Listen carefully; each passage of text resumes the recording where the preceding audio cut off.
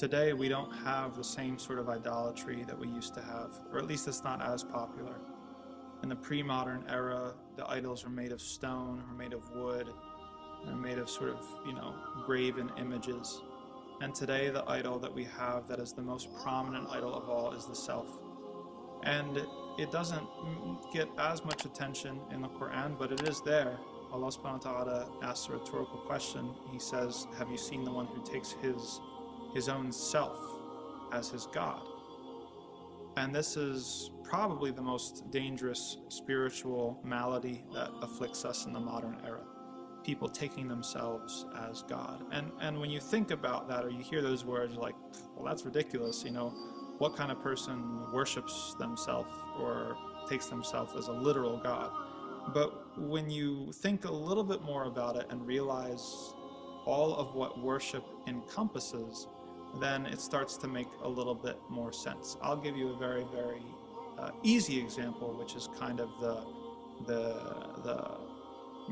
a la carte religion and spirituality that we have today, or the buffet line of spiritual and religious practices that we have today.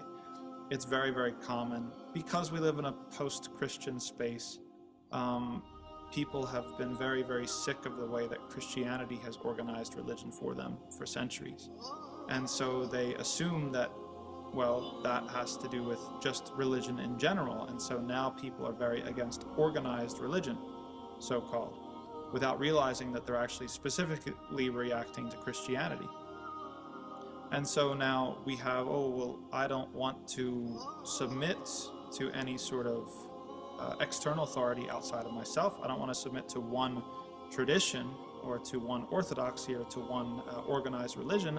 I want to kind of take what feels good to me, right? I want to, if yoga feels beneficial, I'm going to do yoga. If meditation feels beneficial, I'll do meditation.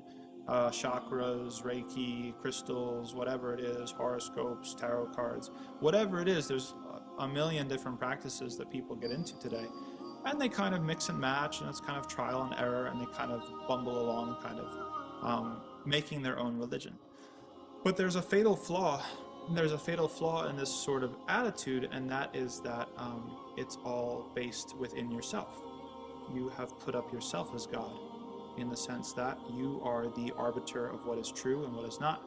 You are the arbiter of what is beneficial and what's not.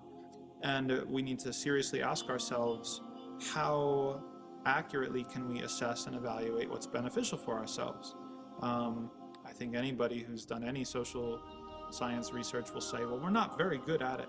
Or at the very least, like there's times and situations where we have a significant conflict of interest, right, to determine what's really truly good for ourselves. And anybody who has, I have non-Muslim friends, and they're, sometimes they're trying to get married, and they're having a tough time finding a serious relationship, and they keep on making the same mistakes. They keep on finding themselves attracted to the wrong people. They keep on getting in relationships with people that don't want anything serious. And anybody who's been in a situation where you've advised somebody who's in an abusive relationship or in a bad habit, you know that people can fill themselves with delusions and wishful thinking and all these sorts of things. So why would that not be true when it comes to religion and your kind of playlistification of spirituality? You're going to kind of choose this and choose that and choose that. Well, you're the only person choosing, right?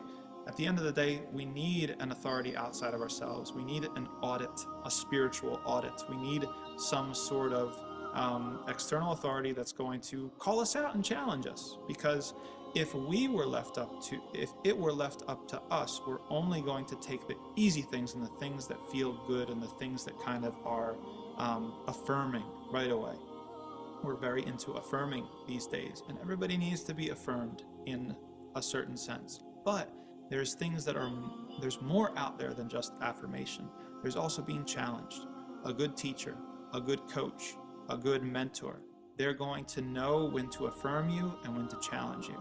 And having the arbiter of truth and the arbiter of, or the judge of what's beneficial and what's not being outside of you, is the benefit is it's going to be able to affirm you sometimes, and it's going to be able to challenge you other times. If it's all just about you, you're going to leave the stuff that's challenging and you're going to just gravitate to what's affirming.